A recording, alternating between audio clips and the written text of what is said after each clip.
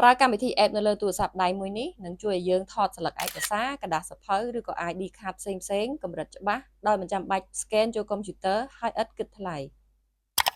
ជម្រាបសួរបងប្អូនទាំងអស់គ្នាជួបជាមួយខ្ញុំសំភ័រថ្ងៃនេះខ្ញុំនឹងចែកម្លែកបទពិសោធន៍ថ្មីចំណេះដឹងថ្មីជូនបងប្អូនបន្តទៀតហើយតាក់ទងជាមួយនឹងការថតស្លឹកឯកសារกระดาษសៀវភៅឬក៏ ID card ផ្សេងៗអត្តសញ្ញាណប័ណ្ណជាដើមដែលយើងត្រូវការថតជាផ្លូវការផ្ញើទៅឲ្យអ្នកណាម្នាក់អញ្ចឹងបងប្អូននឹងស្រាប់ហើយការងារផ្លូវការយើងអាចថតរូបស្លឹកបានទេយើងត្រូវការផ្ញើជា file ដែលកម្រិតច្បាស់ណាដើម្បីឲ្យខាងម្ខាងទៀតក៏ត្រូវការ print ចេញអីចឹងណាអញ្ចឹងពីមុនយើងធ្លាប់តែ scan ចូលកុំព្យូទ័រដើម្បីយក file ច្បាស់ប៉ុន្តែឥឡូវនេះបងប្អូនស្គាល់ app ទូរស័ព្ទមួយនេះបងប្អូនអាចថតបានហើយចេញមកជា file ច្បាស់ដូចយើង scan ចូលកុំព្យូទ័រអញ្ចឹងហើយកម្មវិធី app មួយនេះគឺយើងប្រើបានដោយឥតគិតថ្លៃអូខេអញ្ចឹងទាំង iOS ឬក៏ Android បងប្អូនធ្វើបានទាំងអស់អញ្ចឹងទៅតាមដានជាមួយនឹងការបង្ហាញរបស់នេះខ្ញុំអូខេអញ្ចឹងទាំង iPhone និងប្រភេទ Android យើងចូលមកដូចគ្នាមក iPhone យើងចូលមក App Store យើងចូលទៅ search យកពាក្យ Cam Scanner អញ្ចឹង Android យើងចូលទៅ Play Store search ដូចគ្នាមកណាការអនុវត្តដូចគ្នាទេហើយយើង download ឬក៏ install ចូលមកក្នុងទូរស័ព្ទដៃយើងមក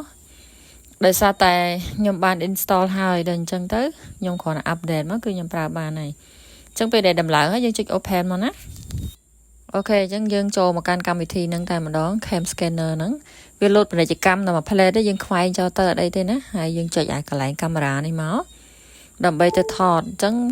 បើយើងមានស្លឹកឯកសារឬក៏តញ្ញប័ណ្ណអីនេះខ្ញុំថតតញ្ញប័ណ្ណឲ្យអ្នកគ្នាមើលជាកាតដែលមានចំណាំងផ្លាតអញ្ចឹងទោះបីយើងថតឡៃល្ងិតក៏ចេញមកភ្លឺច្បាស់អញ្ចឹងដែរឃើញអត់អញ្ចឹងយើងចុចសញ្ញាគ្រីសហ្នឹងមកយើងចូលមកដល់កន្លែងនេះ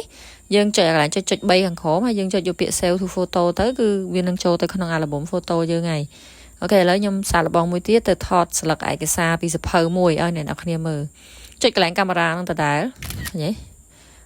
ទោះបីនៅកន្លែងល្ងិតមិនក៏ថតចេញមកភ្លឺស្អាតដែរចុចកន្លែងពាក្យ crease save ហ្នឹងមកហើយបើវាត្រឡប់ចុះត្រឡប់ឡើងហើយយើងចុចអាកន្លែងនេះមក